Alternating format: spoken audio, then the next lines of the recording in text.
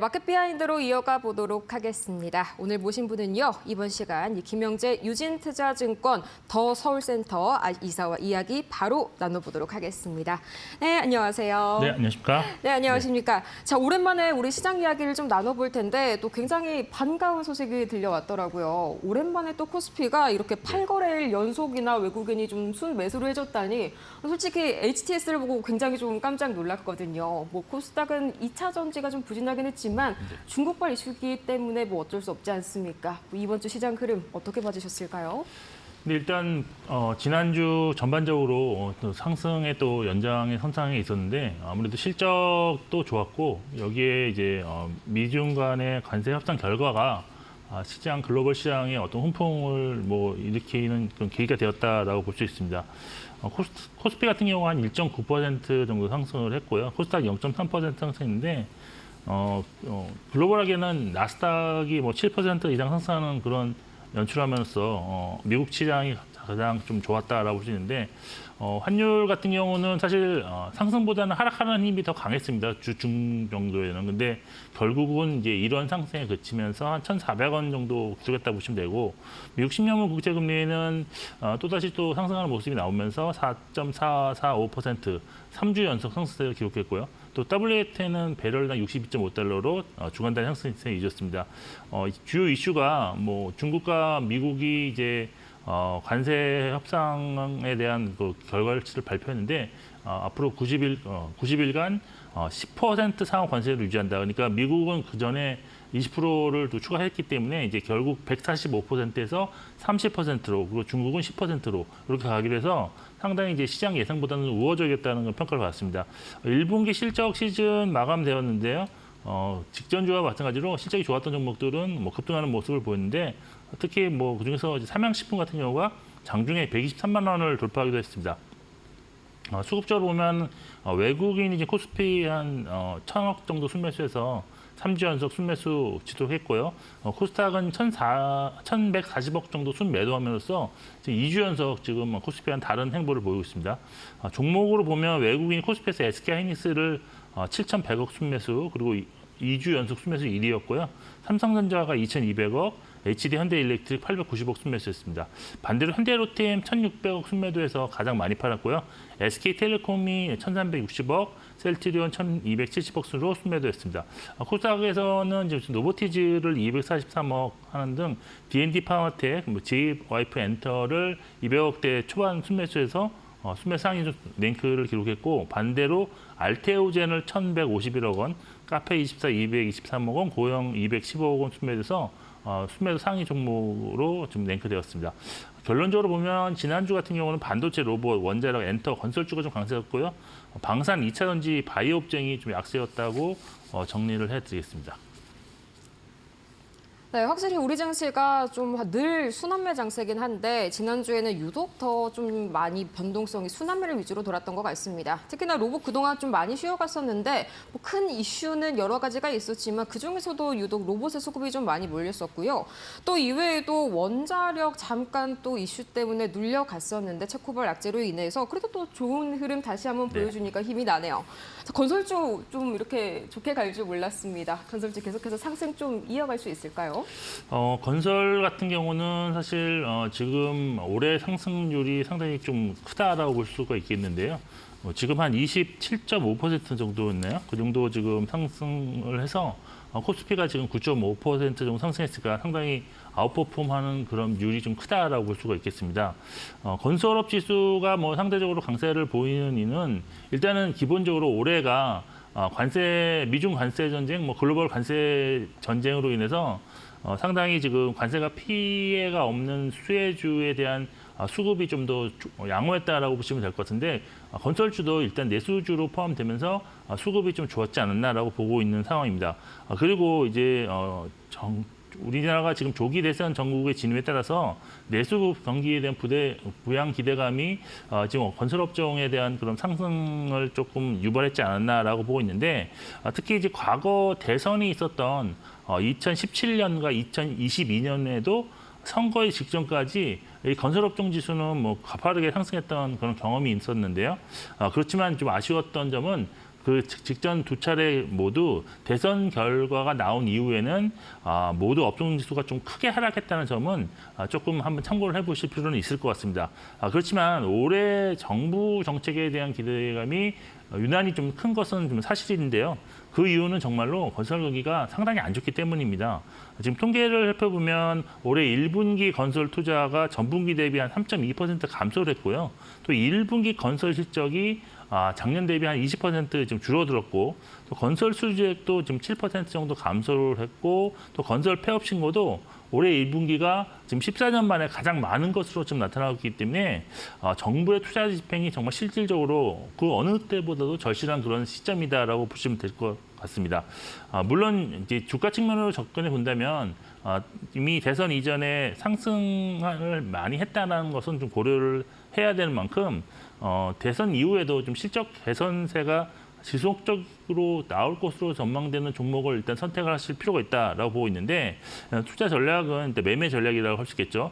대선 이전까지는 일단은 기존에 보유하고 있는 종목을 홀딩하는 것은 좀 가져가시고, 그 이후에는 좀 주가 흐름을 좀 관찰하시면서 좀 대응이 필요할 것인데, 일단 실적 개선세가 뚜렷하게 1분기까지도 나오고 있는 그런 종목들, 그리고 향후에도 전망이 좋은 종목들은 지금 시장 내에서는 현대건설과 DL, ENC가 있다는 점도 좀 참고하시면 좀 좋을 것 같습니다. 네, 정말 건설주 이렇게 완벽한 설명, 완벽하게 정말 이해가 갔습니다. 이대로 죽을 순 없다. 정말 건설주에게 지금 어울리는 말이 아닐까 싶네요.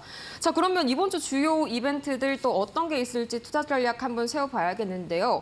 우선요, 이제 가장 먼저 제가 눈에 띄었던 거는 이제 젠슨항 관련 이슈가 하나 있잖아요. 네. 20일 컴퓨텍스 2025 개막에서 이제 키노트가 있는데, 이게 과연 좀 저번에 이 GTC 2025 키노트 그것과 좀 비슷한 파급 효과를 지닐지, 이게 좀 가장 먼저 궁금하네요. 근데 사실 뭐 파급 효과를 뭐 미리 예측하기 상당히 어렵다.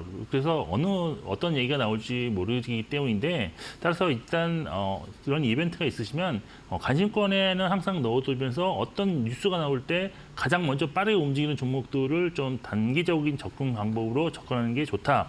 저는 그렇게 보고 있는데, 따라서 이벤트는 이제 어떤 이벤트가 있는지 보시고 그것이 어떻게 더 파급 효과가 있을 것이다 이렇게 예상하시는 거는 조금 앞서가시는 것 같고, 반응이 어떻게 나오는지 그에서 후에 대응하시는 것이 조금 더 좋지 않나라고 보입니다.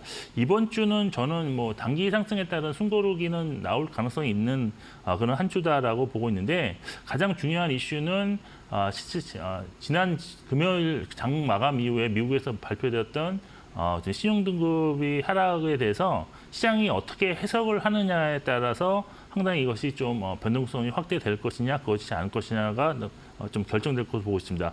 먼저 주요 이벤트 보시면 오늘이죠. 중국의 4월 실물지표 세 종류가 발표되는데, 소매 판매, 산업 생산, 고정자산 투자 수치가 발표되는데, 중국이 이제 경기 부양 정책이 어떤 성과를 내고 있는지 좀 확인할 수 있는 것 같고요. 만일 부족할 경우에는 또 추가적인 부양책 기대감이 나올 것으로 보고 있습니다. 그리고 이제 내일인데 이제 오늘 이제 기조연설을 젠슨 엔비디아 CEO가 하는 말씀드린 그 컴퓨텍스 2025가 대만에서 개최된다. 그리고 이제 21일에는 5월 20일까지의 국내 수출입 통계가 발표되는데, 앞서 발표한 10일까지의 통계가 미국 관세 상황이 상당히 좀 크게 나타나는 것으로 보여서 예상보다 상당히 안 좋았습니다. 그래서 이번 발표는 좀 개선세가 나타나는지가 관전 포인트가 될 것이다라고 보시면 될 것 같고, 그리고 20일에는 뭐 미국 제조업 서비스 PMI 속보치가 발표됩니다. 그리고 일단 미국 신용 등급 하락과 관련해서 사실 글로벌 시장 반응이 이번 주 핵심이라고 말씀드렸는데, 지금 현재 전문가 의견들은 좀 양분되고 있다라고 보시면 될 것 같습니다. 근데 저는 이제 따로 점검해볼 포인트는 이거다라고 좀 말씀드리고 싶은 것이, 이번 신용 등급 하락이 처음이 아니라는 점, 그리고 지난 2021년도와 2021년도의 S&P, 그리고 2013년도에 피치가 신용 등급만 한 달 강등했고, 이번에도 이제 무디스가 마지막으로 강등을 했는데, 그렇지만 등급 전망은 이제 안정적으로 변경했다는 점도 좀 보실 필요가 있습니다. 그리고 이번 무디스의 신용 등급 강등 원인이 사실 뭐 크게 뭐 새로운 건 아니고, 미국의 재정 적자와 부채가 증가하고 금리에 따른 뭐 이자 지급이 현저하게 증가했다, 뭐 이런 건데, 이런 사실들은 사실 시장에서 충분히 인지하고 있던 사안이고, 이런 점을 또 완화하기 위해서 지금 트럼프 대통령이 관세 협상을 하고 있고 또 금리도 낮추려고 하는 것이 아닌가라고 저는 개인적으로 보고 있습니다.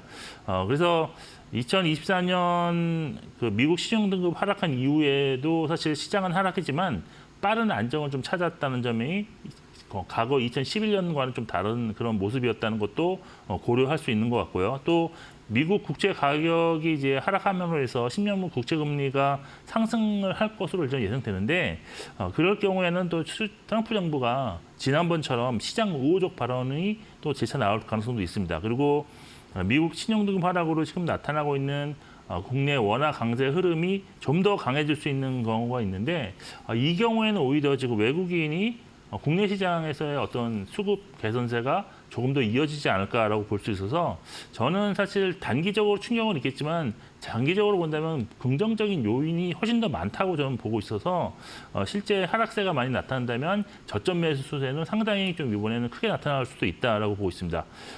일단 이번 주 코스피가 지난주까지 5주 연속 상승을 했기 때문에 차익 매물 가능성은 충분히 있다 보입니다. 그래서 일단 주 초반 조정 장세는 불가피할 것인데 그래도 투자 전략은 저점의 매수에 주력하자라고 말씀드리겠습니다. 네, 그렇습니다. 실제로 제가 이제 금요일에 코스피 ADR을 한번 이제 봤었는데 120%까지 올라갔더라고요. 정말 이제 완전한 과매수권에 잠겨서 좀 이제부터는 살짝 단기 조정 조심을 해야겠다 생각을 했었습니다. 자, 다음 이야기 한번 나눠볼까요? 제가 정말 너무 궁금했던 건데요. 이 원자력 관련주들 이 불과 일주일 전만 해도 굉장히 좀 찬물을 끼얹는 사건이 나왔었죠.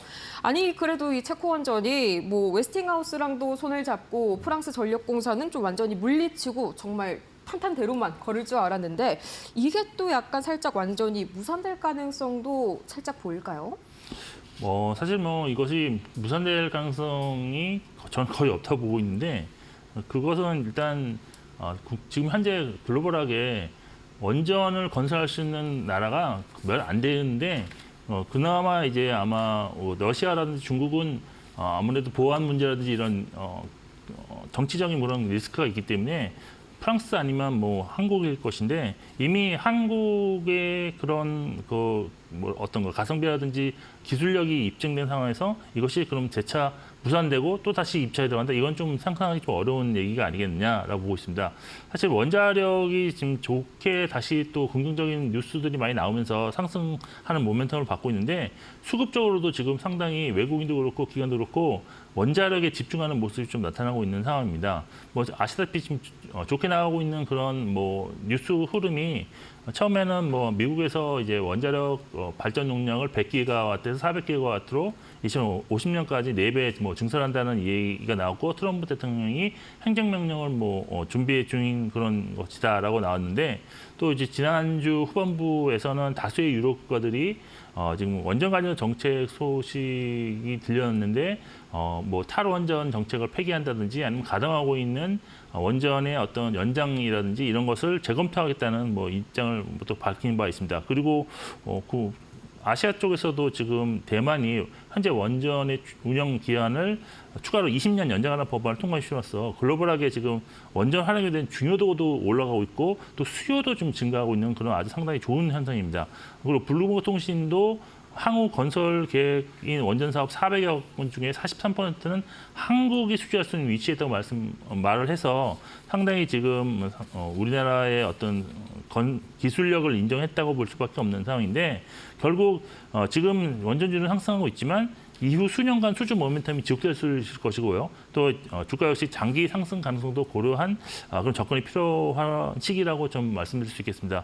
특히 이제 두산 에너빌리티 같은 경우가 국내 한수원의 수주는 물론 미국 웨스팅하우스가 수주하는 원전에도 주기기 공급 가능성이 높고요. 또 SMR 관련해서도 하반기 가시적인 수주 가능성이 가장 높다는 점에서 투자 매력이 있는 그런 종목이다라고 말씀드릴 수 있겠습니다.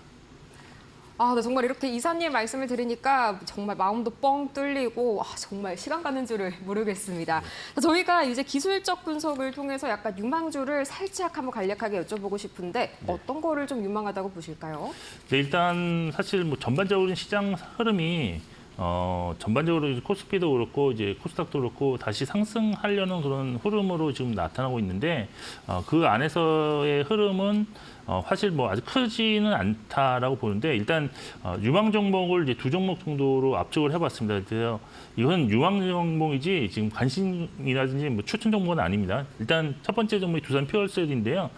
작년 7월에 추세가 일단 하락 전환 후에 아직까지 상승 전환은 되지 않았지만 최근 꾸준한 상승으로 상승 전환을 시도 중이다. 이렇게 좀 받아들이면 좋을 것 같고요. 수급적으로도 지금 4월 이후에 기관 외국이 동시에 지금 순매수를 보여서 수급도 좋고 근데 이제 실적은 아직 적자를 보이고 있는데 적자폭 축소가 좀 예상됩니다. 그리고 수주만 보고 된다면 신규로 작년에는 75메가와트 수주였는데 올해는 150메가와트 수주로 좀 크게 개선될 전망입니다. 결론적으로 일부 보유 후 좀 지켜봐야 하는 종목으로 보고 있고 흑자 전환 시기에는 상당히 좀 탄력적인 주가 흐름도 기대할 수 있다라고 볼 수 있고 두 번째로 이제 SK 케미칼인데요. 작년에 이제 추세 하락 전환 이후에 올해 4월에 다시 상승 추세 전환됐고 수급도 기관이 좀 주도하면서 상당히 좀 나쁘지 않은 상황입니다. 1분기 영업이익이 지금 242억 기록하면서 조기 흑자 전환 성공했는데 기술적 진입 장벽인 코폴리에스터 제품 수요가 증가함에 따라서 향후 실적 개선 가능성이 좀 크다고 보고 있습니다. 현재 주가가 지금 내년 예상 실증 기준으로 PER 한 8.2배 수준인데요. 눈일목에서 좀 신규 진입을 고려해도 무방한 종목으로 판단하고 있는 그런 종목입니다. 정말 이 두산 퓨얼셀 그리고 SK 케미칼 두 가지 모두 차트가 굉장히 절치부심을 하고 있네요. 자, 이렇게 오늘 지금까지 유진투자증권 서울 WM 센터 저희 김영재 이사와 함께했습니다. 수고하셨습니다.